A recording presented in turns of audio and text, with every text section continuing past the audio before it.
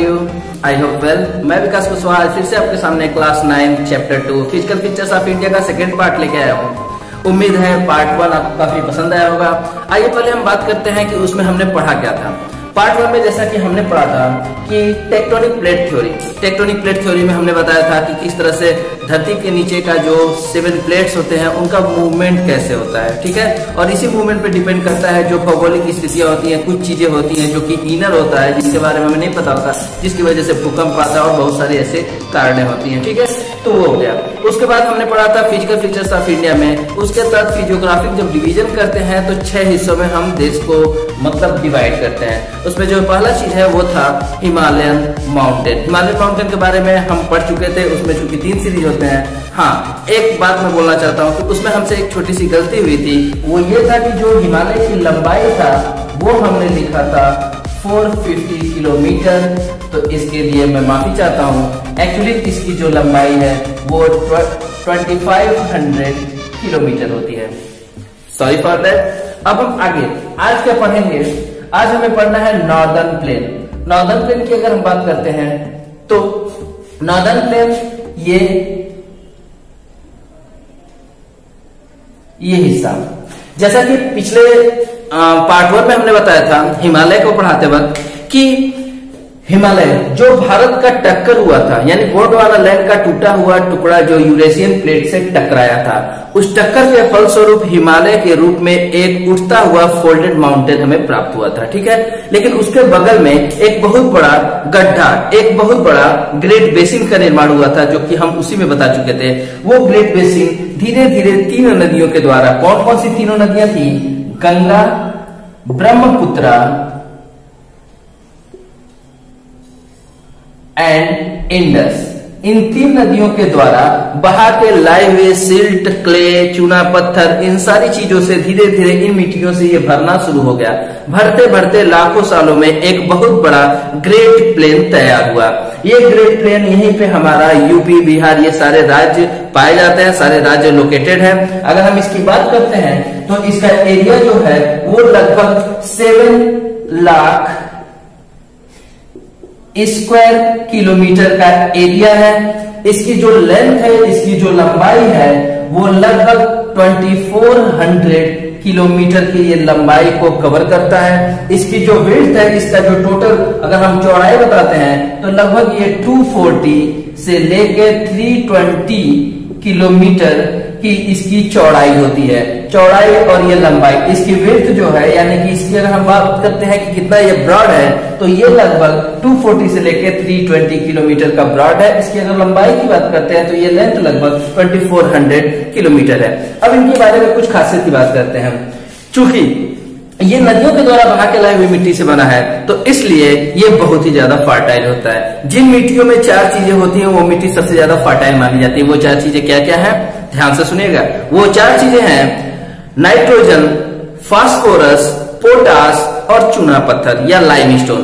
Nitrogen, potash, phosphorus and limestone, और ये चारों चीजें इसमें मौजूद होती है और इसी वजह से ये सबसे ज्यादा फर्टाइल माना जाता है। और इसकी फर्टिलिटी इतनी होती है कि यहाँ पे सबसे ज्यादा पॉपुलेशन भी रहता है। ये एग्रीकल्चर की वजह से, एग्रीकल्चर के पर्पज से हम कह सकते हैं कि विश्व का एक बहुत बड़ा पॉपुलस डेंसिटी एक यहाँ पे पाया जाता है, क्योंकि यहाँ की पॉपुलेशन, यूपी की पॉपुलेशन सबसे ज्यादा है, ठीक है। अब कुछ और मिट्टियों के बारे में बात करते हैं। यहाँ पे मिट्टी जो पाई जाती है उस मिट्टी का नाम है एलुवियल सॉइल। कौन सी मिट्टी है? Alluvial soil. Alluvial soil India में पाए जाने वाला सबसे ज्यादा मिट्टी कहलाता है। सबसे ज्यादा कौन सी मिट्टी पाई जाती है? एलुवियल सॉइल, ठीक है। एलुवियल सॉइल सबसे ज्यादा फर्टाइल होती है। आमतौर से ये 2 टाइप का होता है, young alluvial soil, old alluvial soil. इन सब के बारे में हम आपको बताते हैं कि कैसे इनको एक्सप्लेन करना है। देखो, जब माउंटेन से नदी नीचे की तरफ आती है, ध्यान से समझना आप बात को, तो ये नीचे बड़े बड़े दाने, बड़े बड़े कण इकट्ठा करती हैं। लगभग 8 से 16 किलोमीटर का ये एक बेल्ट बनाती है, जो कि बिल्कुल फर्टिलिटी न के बराबर होती है। ये बिल्कुल भी उपजाऊ नहीं होती है, क्योंकि मोटे मोटे पत्थर होते हैं, मोटे मोटे इसके दाने होते हैं, और इसे हम बोलते हैं भाभर के नाम से जानते हैं। इसे हम भाभर के नाम से जानते हैं। यहाँ आने के बाद ये नदी जो है बिल्कुल डिसअपियर हो जाती है, गायब हो जाती है। लेकिन 8 से 16 किलोमीटर के बाद फिर से जब ये यहाँ पे अपीयर होती है तो यहाँ पे एक दलदली या नमी, काफी ज्यादा मॉइस्चर वाला इलाका ये बनाती है, जिसे हम तराई के नाम से जानते हैं। ये तराई बेल्ट होता है, तराई, ठीक है। ये इसकी अपेक्षा थोड़ा ज्यादा फर्टाइल होता है। यहाँ पे घने जंगल, पेड़ पौधे, ये सब चीजें पाई जाती हैं। ये बेल्ट जंगल के मामले में काफी ज्यादा फेमस होता है। इसके बाद जब से जैसे नदी आगे बढ़ती है तो यहाँ पे अब इसकी अपेक्षा थोड़े छोटे छोटे मिट्टी के दाने यहाँ पे रहती है और इसे हम बोलते हैं एलुवियल सॉइल। पहले छोटे छोटे मिट्टी के दाने और उसके बाद बिल्कुल महीन मिट्टी यहाँ पे ऐसे बना होता है। इन दोनों को मिला के हम बोलते हैं एलुवियल सॉइल। अब इसमें भी दो टाइप के हैं, एक जो है थोड़े से बड़े बड़े, इसे हम बोलते हैं ओल्ड एलुवियल सॉइल, और दूसरा जो है बिल्कुल महीन है, बिल्कुल बारीक है, इसे हम बोलते हैं यंग एलुवियल सॉइल। याद रखिएगा, ओल्ड एलुवियल सॉइल का एक और नाम होता है जिसे हम बोलते हैं भांगर। ओल्ड एलुवियल सॉइल का एक और नाम है जिसे हम बोलते हैं भांगर, और यंग एलुवियल सॉइल का एक और नाम है जिसे हम बोलते हैं खादर। क्लियर?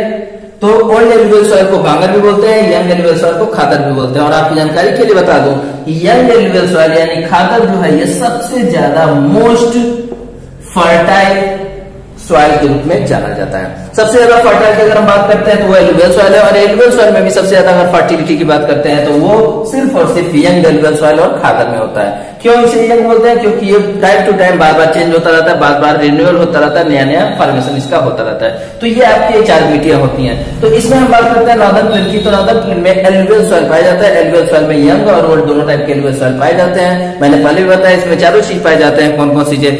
नाइट्रोजन, फास्फोरस, पोटास और लाइमस्टोन, इसीलिए ये सबसे ज्यादा फर्टाइल माना जाता है। ठीक है, इसके बाद इसका बात करते हैं यहाँ पे जो स्टेट्स हैं वो स्पेशली यूपी, बिहार, झारखंड, मध्य प्रदेश, इस तरह के काफी ज्यादा स्टेट्स यहाँ पे पाए जाते हैं। अगर हम बात करते हैं यहाँ पे अनाज कौन कौन से पाए जाते हैं, तो अनाज यानी जो भी क्रॉप्स होते हैं वो फेमस है। ये गेहूं के लिए वीट, पैडी, गेहूं, चावल और जौ, मक्का, साथ ही साथ शुगर केन यानी गन्ना इसके लिए फेमस है। आपको पता होगा इंडिया में सबसे ज्यादा शुगर केन कहाँ पाया जाता है, तो वो यूपी में ही पाया जाता है। यूपी में भी स्पेशली गोरखपुर, देवरिया, इन सब इलाकों में ये पाया जाता है। तो ये नॉर्दर्न प्लेन इस हिसाब से काफी ज्यादा फेमस है। इसका जो एरिया की बात करते हैं तो ये फिर से बता देते हैं 7 लाख किलोमीटर स्क्वायर का ये एरिया कवर करता है।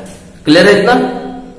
ये हो गया आपका नॉर्दर्न प्लेन। नॉर्दर्न प्लेन के बारे में सारी चीजें, सब कुछ, बस इतना ही है। फिर से एक बार बता दो कि यहाँ पे इंडिया ही नहीं बल्कि विश्व का सबसे ज्यादा पॉपुलस डेंसिटी निवास करता है। ठीक है, ये रीजन क्या है? इसका बहुत ज्यादा फर्टिलिटी का होना, क्योंकि एग्रीकल्चर पर्पज की वजह से ही यहाँ पे सबसे ज्यादा पॉपुलेशन निवास करता है।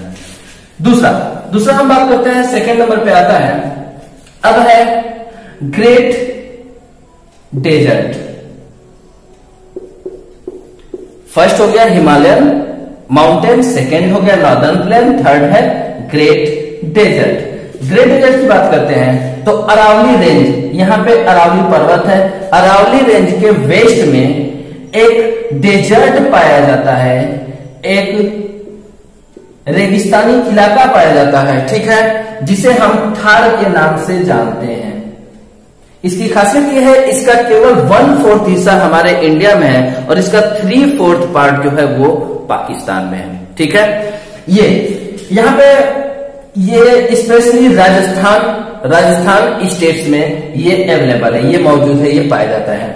यहाँ का टेम्परेचर इतना हाई होता है कि उस हाई टेम्परेचर की वजह से मिट्टी के अंदर के, सॉइल के अंदर के जो माइक्रो ऑर्गेनिज्म है वो पूरी तरह से मर जाते हैं, जिसकी वजह से वो मिट्टी इनफर्टाइल हो जाती है, या उसे आप बंजर कह सकते हो। यहाँ पे जो मिट्टी होती है वो आमतौर से सैंडी सॉइल पाई जाती है, सैंडी सॉइल यानी बलुई मिट्टी पाई जाती है। यहाँ पे बहुत ज्यादा हाई टेम्परेचर होता है और इसी वजह से यहाँ पे फर्टिलिटी की बात करते हैं तो लेस फर्टिलिटी या नो फर्टिलिटी भी कह सकते हैं। फर्टिलिटी बिल्कुल नाम मात्र का होता है। यहाँ पे एग्रीकल्चर आमतौर से नहीं हो पाता। यहाँ पे कुछ पौधे पाए जाते हैं जैसे कैक्टस, इन टाइप के पौधे पाए जाते हैं। यहाँ के पौधों की खासियत बता देता हूँ, ध्यान से आप समझना। यहाँ के पौधों की जो खासियत होती है, उनकी पत्तियां बहुत ही छोटी होती हैं ताकि सूर्य के सामने वो कम आ सके और इवेपोरेशन प्रोसेस कम हो सके, और उनकी पत्तियां मोटी होती हैं जिसकी वजह से उसमें पानी की मात्रा बची रहे। ठीक, इन सब के अलावा यहाँ पे जो भी पेड़ पौधे जो भी थोड़े बहुत पाए जाते हैं वेजिटेशन, उनकी जड़ें काफी लंबी गहराई तक होती है। क्यों? पानी की तलाश में। ठीक है, ये इनकी खासियत हो गई। यहाँ पे एक आध नदियां भी पाई जाती हैं, वो भी इनलैंड रिवर या फिर आप कह सकते हो सीजनल रिवर। सीजनल रिवर का ये मतलब जो कि बरसात के सीजन में पाई जाएगी, लेकिन गर्मी के सीजन में वो नदियां डिसअपियर हो जाती हैं, गायब हो जाती हैं। ठीक है, इनलैंड रिवर का मतलब ये होता है कि ये यहीं पे इनलैंड, लैंड से ही निकलती है और किसी भी ओशन को नहीं टच करती, लैंड से ही निकलती है और लैंड में ही जाके ये डिसअपियर हो जाती है। यहाँ की अगर फेमस नदी की बात करते हैं तो यहाँ पे जो सबसे ज्यादा फेमस नदी है उसका नाम है लूनी। लूनी यहाँ का सबसे ज्यादा फेमस और लंबी नदी है लूनी। ठीक है, ये भी एक सीजनल नदी है, सीजनल रिवर है, और क्या है? इनलैंड रिवर है। इनलैंड रिवर का मतलब फिर से बता देता हूँ, ये सागर पे नहीं आती, ये जमीन से निकल के जमीन पे ही खत्म हो जाती है। सिंपल वे में आप ऐसे कर सकते हो। ठीक है, ये सीजनल है, बरसात के सीजन में आपको मिलता है। ठीक है, लेकिन गर्मी के सीजन में ये नदियां बिल्कुल नहीं दिखाई देती, डिसअपियर हो जाती हैं। ठीक है, ये हो गया आपका कहाँ के बारे में? ये डेजर्ट के बारे में। लेकिन आज के समय में अगर हम बात करते हैं वेस्टर्न राजस्थान के कुछ हिस्सों में, तो वहां पे ये लोग कैनाल की सुविधा के द्वारा या फिर ट्यूबवेल की सुविधा के द्वारा, बेटर इरिगेशन के द्वारा ये लोग आजकल थोड़ा थोड़ा यहाँ पे एग्रीकल्चर प्रोसेस स्टार्ट कर चुके हैं, खेती स्टार्ट कर चुके हैं। किसके द्वारा? इरिगेशन में इंप्रूव करके। कैसे? ट्यूबवेल के द्वारा, नहरों के द्वारा, धीरे धीरे करके ये लोग यहाँ पे अब एग्रीकल्चर प्रोसेस स्टार्ट कर चुके हैं। ठीक है, इसके बाद हम बात करते हैं पेनिनसुलर प्लेट्यू की बात करते हैं। पेनिनसुलर प्लेट्यू की खासियत ये होती है, पहले इसे हम इरेज कर देते हैं।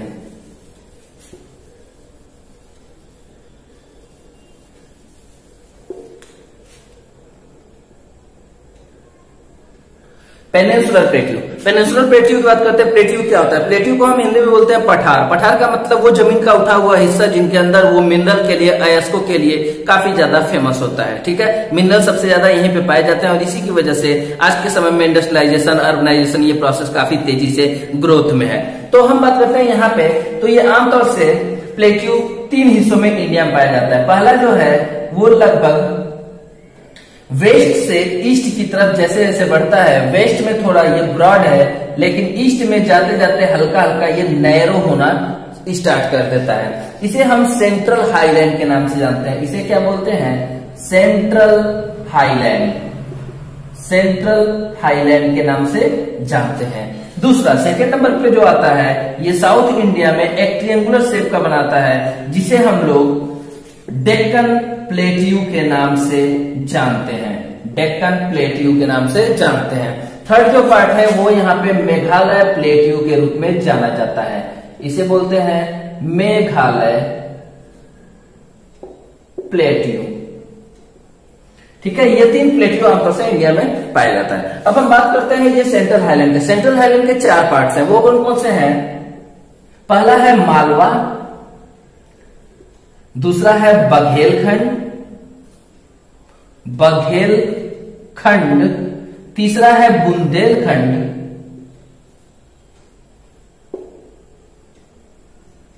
बुंदेलखंड, और चौथा और लास्ट है जिसे हम बोलते हैं छोटा नागपुर प्लेट्यू। छोटा नागपुर प्लेट्यू सबसे ज्यादा इंपॉर्टेंट है। ये आपके झारखंड, बिहार, छत्तीसगढ़, ये सब एरिया को यही कवर करता है, और ये सबसे ज्यादा फेमस है हमारे इंडिया में मिनरल्स के लिए। इसी के बेस पे हम कह सकते हैं कि पूरा इंडिया में ये सारे जो इंडस्ट्रियलाइजेशन प्रोसेस है इसी बेस पे है। झारखंड, छत्तीसगढ़, उड़ीसा भी कह सकते हैं, और बिहार का कुछ पार्ट्स भी कह सकते हैं। यहाँ पे ये छोटा नागपुर प्लेट्यू का रीजन ही पाया जाता है। ठीक है, फिर से हम बता देते हैं। सेंट्रल हाईलैंड जो कि वेस्ट में काफी ज्यादा चौड़ा और जैसे जैसे ईस्ट में बढ़ता है ये नैरो होने लगता है। ये 4 हिस्सों में बटा हुआ है, मालवा, बघेलखंड, बुंदेलखंड और छोटा Nagpur plateau. Clear?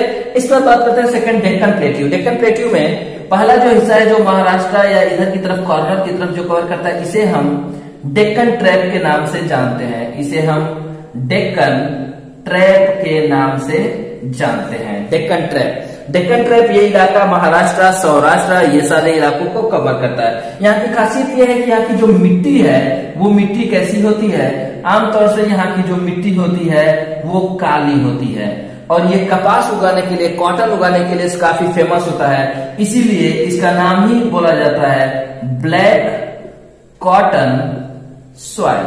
Black cotton soil के नाम से इसे जाना जाता है। क्लियर?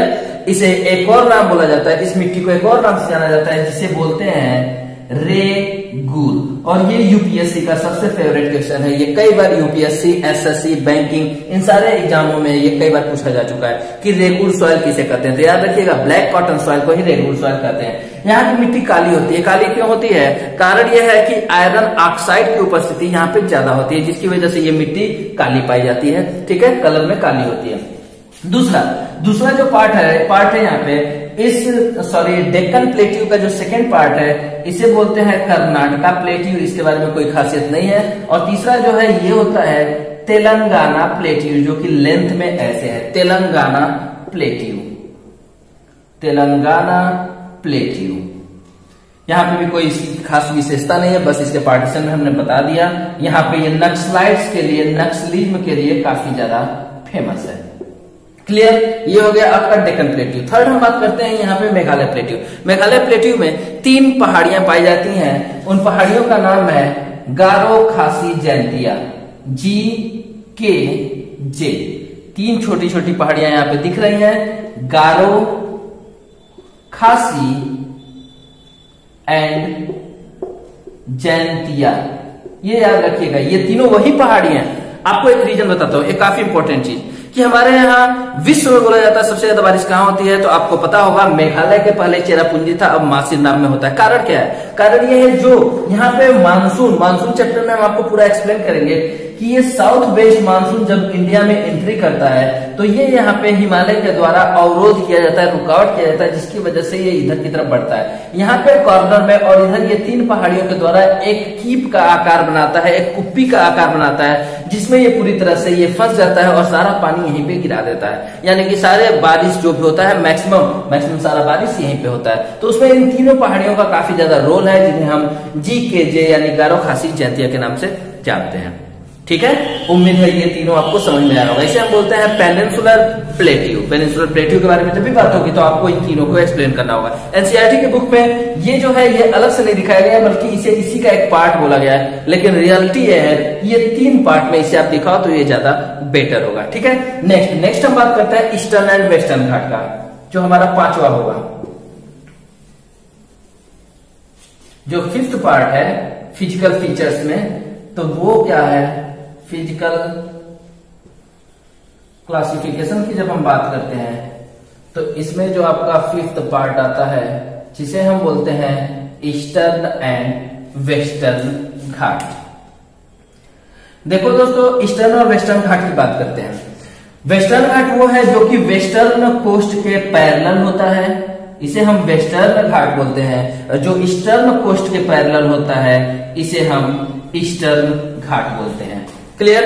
खासियत यह होती है, वेस्टर्न घाट जो होता है इसका एलिवेशन हाइट, इसका एलिवेशन थोड़ा ज्यादा होता है, मोर एलिवेशन। इसकी अपेक्षा जो इसका एलिवेशन है, इसका जो झुकाव है वो थोड़ा सा कम होता है, लेस होता है इसकी अपेक्षा, इसके कंपैरिजन। क्लियर है? दूसरा, इसका जो एवरेज हाइट है, इसका जो एवरेज हाइट है वो लगभग 900 to 1600 मीटर है। 900 से 1600 मीटर का जो इसका एवरेज हाइट होता है। अगर इसकी एवरेज हाइट की बात करते हैं तो इसकी एवरेज हाइट लगभग 600 मीटर की होती है, यानी इसकी हाइट भी इसकी अपेक्षा थोड़ा कम होती है। ये थोड़ा ब्रॉड होता है, चौड़ा होता है, ये थोड़ा नैरो होता है, पतला होता है। फिर वेस्टर्न घाट के बारे में और भी कुछ चीजें हैं, विशेषताएं बता देते हैं। ये एक कॉन्टिन्यूअस होता है, कॉन्टिन्यूअस का मतलब लगातार होता है, रेगुलर होता है। ठीक है, और इसे जब भी पास करना होता है तो इसे पास करने के लिए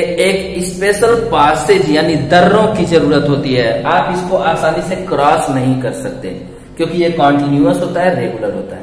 यानी इसे जब भी आपको पास करना होगा, क्रॉस करना होगा, तो क्रॉस करने के लिए आपको जगह जगह पे पासेज की जरूरत होगी। पासेज, पास, दर्रा।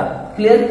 जहां से बीच से आप क्रॉस कर सके। और इसकी खासियत ये है, यहां पर बात करते हैं, ये डिसकंटिन्यूअस होता है, इर्रेगुलर होता है। इसको पार करने के लिए किसी पास की जरूरत नहीं होती, इसको आसानी से हम पार कर सकते हैं। क्लियर।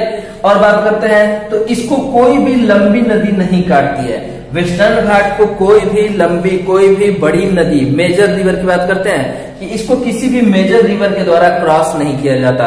जबकि हम ईस्टर्न घाट की बात करते हैं, इसको कुछ मेजर रिवर्स के द्वारा क्रॉस किया जाता है। वो कौन कौन सी मेजर रिवर्स है, याद रखिएगा, गोदावरी, कृष्णा, कावेरी, महानदी। ये 4 नदियां हैं जो कि मेजर रिवर हैं, बड़ी नदियां हैं, और इन चारों के द्वारा इसको क्रॉस किया जाता है। ये क्रॉस करने के बाद कहां पे, बे ऑफ बंगाल में। ये नदियां पश्चिम से पूर्व की तरफ आके बे ऑफ बंगाल में गिरती हैं। ये आपका वेस्टर्न घाट, ये आपका ईस्टर्न घाट। क्लियर है, उम्मीद है आपको समझ में आया होगा। ठीक है, नेक्स्ट वेस्टर्न घाट, ईस्टर्न घाट में इतना ही है। अब सबसे जो लास्ट पार्ट आता है, उस लास्ट पार्ट को हम बोलते हैं क्या, islands group of India. Islands group of India के तहत हमें पढ़ना होगा, टोटल 2 आइलैंड ग्रुप हैं जो कि इंडिया के पार्ट हैं। पहला जो है वो आपका यहां पे है अरबियन सी में, अरबियन ओशन में। ये अरबियन सी में आपका है, जिसे हम बोलते हैं लक्षद्वीप, जिन्हें हम लक्षद्वीप के नाम से जानते हैं।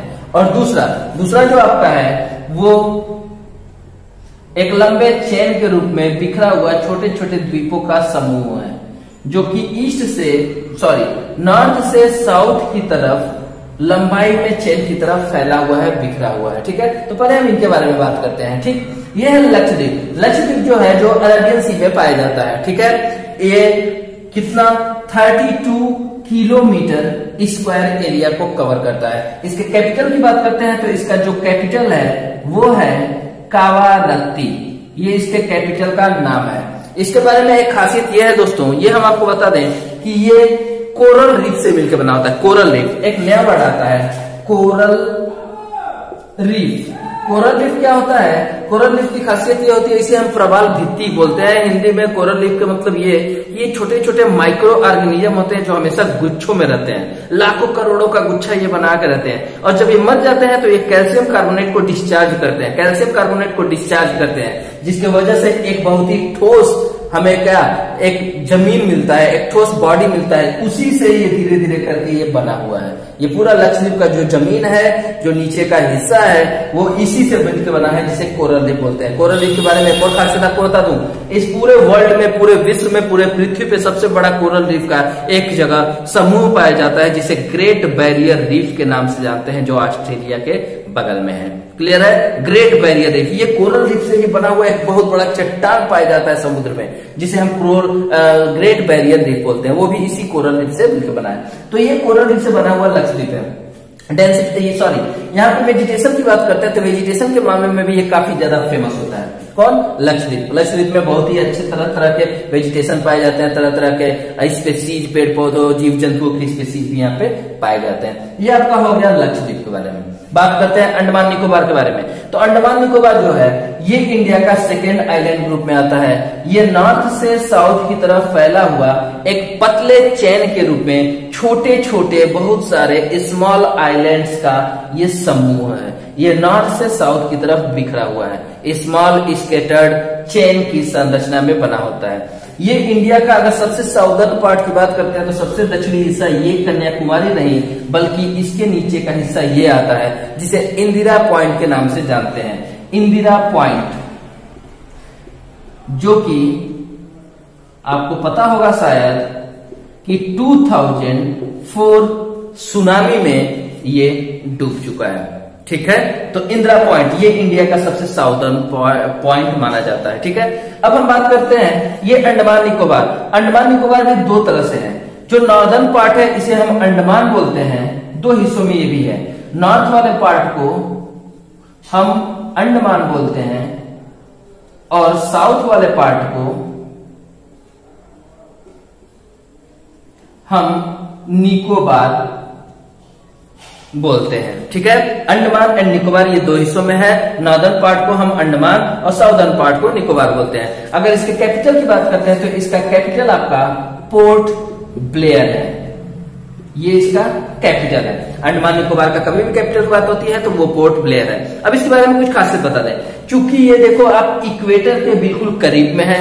ठीक है, इक्वेटर के करीब होने की वजह से, इक्वेटर के करीब होने की वजह से यहाँ का जो क्लाइमेट है वो इक्वेटोरियल होता है। इक्वेटोरियल के बारे में बता दूं कि इक्वेटर जो पहला चैप्टर हमने ज्योग्राफी को पढ़ाया था उसमें ये बताया था कि 0 डिग्री लैटिट्यूड को हम लोग इक्वेटर बोलते हैं। यहाँ की खासियत ये होती है कि सूर्य बिल्कुल सर पे पड़ता है और यहाँ पे बहुत ज्यादा गर्मी होती है। गर्मी ज्यादा होने की वजह से यहाँ पे बहुत ज्यादा बारिश होती है और गर्मी और बारिश यहाँ पे ज्यादा होगा वहां पे पेड़ पौधे बहुत ही घने, बहुत ही तेजी से बढ़ेंगे और इसी वजह से जंगल घना होता है और यहाँ पे जीव जंतु भी काफी मात्रा में पाए जाते हैं। तो यहाँ पे इक्वेटोरियल क्लाइमेट होने की वजह से यहाँ पे पेड़ पौधों की तरह तरह की स्पेसीज पाई जाती हैं। जगह जगह पे मतलब बहुत तरह के स्पेसीज यहीं पे पाए जाते हैं, घने जंगल पाए जाते हैं और बहुत सारे वाइल्ड लाइफ के स्पेसीज भी इस अंडमान निकोबार में पाए जाते हैं।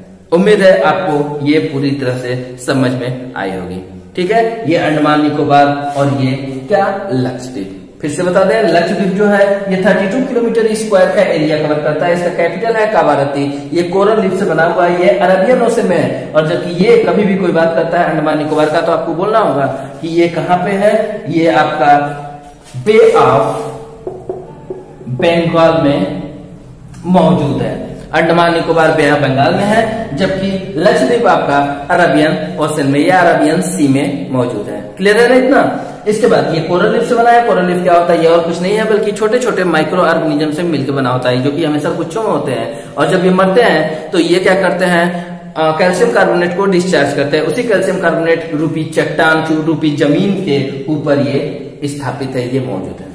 तो दोस्तों इस तरह से आपका ये second chapter physical features of India पूरी तरह से समाप्त होता है। आप हमें कमेंट में जरूर बताइएगा कि आपको ये पूरा चैप्टर कैसा लगा। अगर अच्छा लगा तो इसे लाइक कीजिए, इसे शेयर कीजिए। Thank you so much.